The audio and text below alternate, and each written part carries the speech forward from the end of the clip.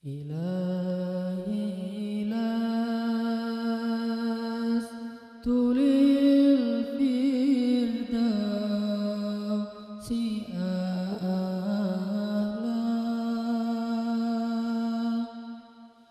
ولا أقوى على النار الجحيم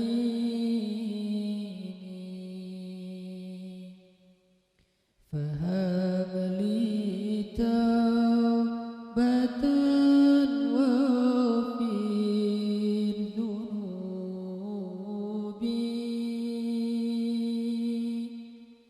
فإنك غافر الذنب العظيم.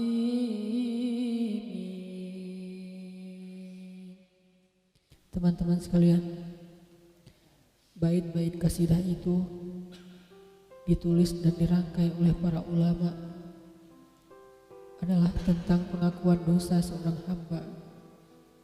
Ketika seorang hamba berada di puncak penyesalan dan merasa tahu diri bahwa dia adalah seorang hamba yang kotor, sehingga dia mengatakan, Ilahi lastu lil firdausi ahla.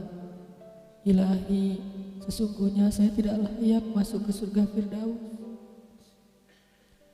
Saya kotor, saya hina, saya penuh cela, saya banyak aib, saya banyak dosa.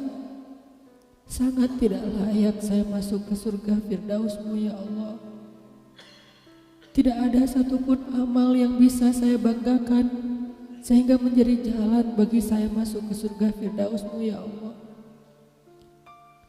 Kita harus merasa diri kita rendah di hadapan Allah. Itulah kenapa kita sujud.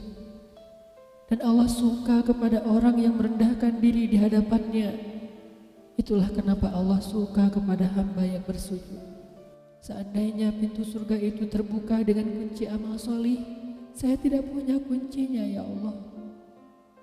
Saya beramal solih tetapi belum layak untuk membuka pintu surga. Saya sholat, saya puasa, saya tarawih, saya sedekah, tapi semua itu belum cukup untuk membuka pintu surga karena keterbatasan amal solih saya. Masih banyak kesalahan dalam amal-amal yang saya kerjakan karena saya bodoh ya Allah. Lalu bagaimana nasib saya kelak di akhirat ya Allah? Jika ditimbang-timbang, sungguh kedurhakaan saya lebih sering daripada istighfar saya ya Allah. Saya tidak pantas menjadi penghuni surga-Mu ya Allah. Wala aqwa 'alan naril jahimi. Tetapi saya juga tidak akan kuat dengan azab neraka jahim-Mu ya Allah. Karena sesungguhnya tidak ada satupun dari makhluk-Mu yang sanggup merasakan azab neraka. Semuanya takut kepada neraka-Mu ya Allah. Jangankan 1 tahun, jangankan 1 bulan, jangankan 1 hari, sedetik pun tidak akan sanggup ya Allah. Karena saya mendengar sesungguhnya Rasulullah SAW bersabda, azab yang paling ringan bagi penduduk neraka adalah dipakaikan baginya sendal terompah dari api yang membakar kakinya sampai mendidihkan kepalanya. Itulah azab yang paling ringan di neraka untuk orang yang paling ringan berbuat dosa. Bagaimana dengan saya ya Allah? Dosa saya banyak, saya pernah durhaka kepada ibu bapak saya. Itu saja sudah cukup bagi saya mendapatkan azab yang lebih besar di neraka, dan saya tidak sanggup ya Allah. Saya pernah durhaka kepada ibu saya marahi ibu saya karena 1 kesalahan. Padahal saya lebih sering berbuat salah dibandingkan ibu saya. Tapi ibu memaafkan saya. Ketika di waktu kecil saya memecahkan barang-barang ibu saya memungut barang-barang itu sambil tersenyum, membelai kepala saya, mengatakan nasihat-nasihat yang baik. Sama sekali ibu saya tidak marah kepada saya saat itu. Tapi ketika telah dewasa, tidak sengaja ibu saya yang sudah tua renta kadang memecahkan barang saya, merugikan sedikit saja dari harta saya marah seperti setan ya Allah. Saya bentak ibu saya ya Allah, bahkan kadang membuat ibu saya terluka, kaget, takut. Pantaskah seorang ibu merasa takut terhadap anak yang dia kandung 9 bulan, yang dia lahirkan dengan taruhan nyawa, yang dia susui dengan darah dagingnya, yang dia didik, dia jaga, yang dia berjaga di malam hari tidak tertidur demi untuk menjaga anaknya dari seekor gigitan nyamuk? Pantaskah ibu merasa takut terhadap anaknya sendiri?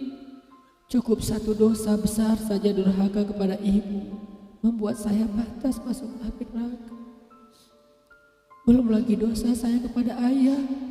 Ketika saya berdebat habis-habisan di hadapan ayah saya, hanya ketika ayah saya menasihati saya dengan satu nasihat sederhana, saya debat ia, seolah-olah wawasan saya lebih banyak, ilmu saya lebih banyak, pergaulan saya lebih luas, pendidikan saya lebih tinggi, padahal semua itu saya dapatkan hasil dari perjuangan dan pengorbanannya. Ketika keduanya sudah menjadi tua dan lemah, kadang keduanya rindu kepada saya, ya Allah. Mereka memberi kami pesan, ya Allah. Mereka bertanya, bagaimana kabarmu anakku? Tapi kami tidak peka. Hati kami tertutup dengan ego dan sombong. Kami tidak bisa membaca teks itu dari perasaan mereka. Kami hanya membaca teks mereka dan tidak segera membalasnya. Kami anggap teks dari orang tua kami tidak penting, masih bisa ditunda untuk dijawab nanti sore. Padahal mereka sedang kangen, sedang rindu kepada kami, ya Allah. Mereka tidak mengatakan kami rindu kepadamu wahai anakku, karena mereka tahu kalimat itu akan mengganggu kami. Kalimat itu akan menjadikan hari kami tidak lagi mudah. Kalimat itu akan merusak konsentrasi kami dalam bekerja. Kalimat itu akan menghalangi banyak urusan kami, sehingga mereka menahan diri. Mereka hanya bertanya, apa kabar kami? Lalu kapan kami berbakti kepada mereka, ya Allah? Sampai seusia ini kami masih merepotkan mereka, ya Allah. Kapan kami akan berbakti kepada mereka? Rasanya kami lupa. Entah kapan kami pernah memijat kaki mereka setelah mereka seharian bekerja. Entah kapan kami pernah memberikan minuman hangat untuk mereka. Kami durhaka kepada orang tua kami, ya Allah. Bahkan setelah mereka wafat, kami lupa mendoakan mereka di dalam sholat kami. Harusnya kami disiksa di api neraka, tetapi kami tidak kuat, ya Allah. Belum lagi durhaka, kedurhakaan kami yang lain, dosa-dosa besar kami yang lain. Kami pernah bermaksiat kepadamu diam-diam, ya Allah. Kami pernah berbuat dosa diam-diam, dan padahal kami tahu itu dosa besar. Tapi kami tidak peduli. Kami tidak takut kepadamu, seolah-olah ancamanmu itu hanyalah mitos, seolah-olah ancamanmu itu hanyalah fiktif, seolah-olah apa yang kau firmankan di dalam Al-Quran itu tidak benar-benar ada. Kami sombong, menantangmu dengan berbuat dosa. Banyak dosa yang kami tidak bisa menyebutkan satu persatu, ya Allah. Keluh lidah kami untuk menyebutkan dosa-dosa kami, ya Allah. Malu untuk menyebutkan dosa-dosa kami, ya Allah.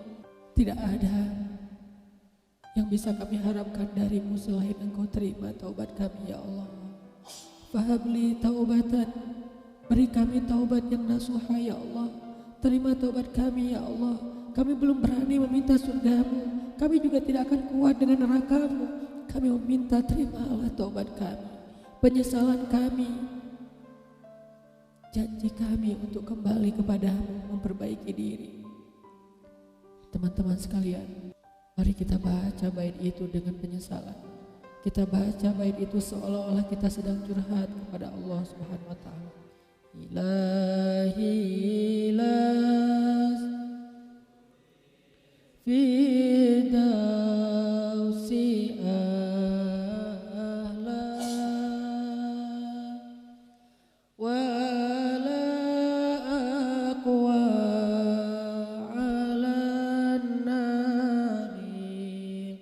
jahimi fahablita